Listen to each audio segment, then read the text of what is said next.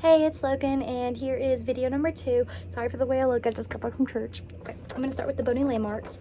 So, here's the inferior angle, the superior angle, the acromion process, the vertebral border, the axillary border, and then the spine of the scapula. Here's the humerus. So here's the greater tubercle, the lesser tubercle, and then the deltoid tuberosity. Okay, now I'm going to do the muscles, and I'm going to start with the upper traps.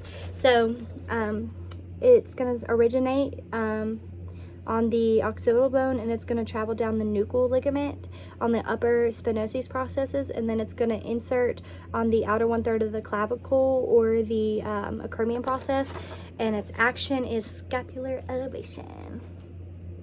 Okay, so now we have the lower traps, and it's going to originate on the sphenosis process of the middle and lower thoracic vertebrae, and it's going to insert at the base of the spine of the scapula, and its action is scapular depression.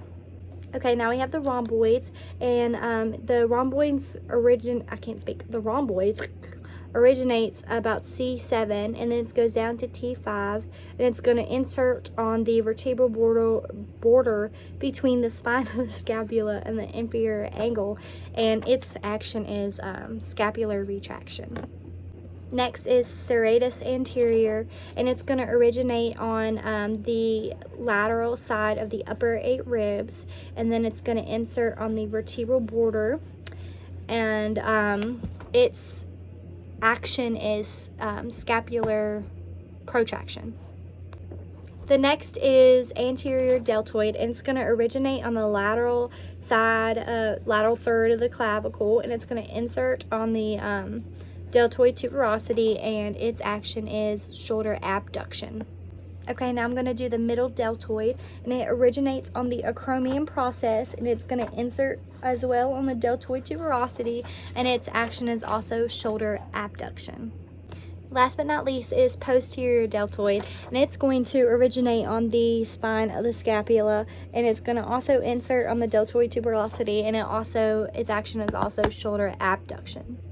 Okay, so now we have the supraspinatus muscle, and it's going to originate on the supraspinosus fossa of the scapula, and then it's going to insert on the greater tubercle, and its action is shoulder abduction.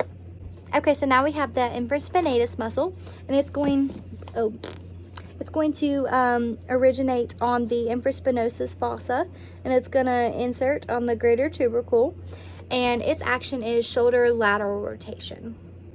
Okay, so now we have the teres minor, and it is kind of similar in anatomical position to the infraspinatus muscle. So it's going to originate on the axillary border of the scapula, and it's going to insert on the greater tubercle, and its action is also shoulder lateral rotation. Okay, now we have the subscapularis muscle, and its origin is going to be on the subscapular fossa, and it's going to insert on the lesser tubercle, and its action is shoulder medial rotation. And finally, we have the latimus dorsi. So I had to write the origin and the insertion for these because there's so much to it. Like, I know it, but I couldn't remember it all. So, it's going to originate on T7 and go down to about L5, and it's on the posterior side of the sacrum, as well as the iliac crest, and then the lower 3 ribs, and it is going to insert on the medial floor of the bicipital groove, and its action is shoulder extension. Thank you.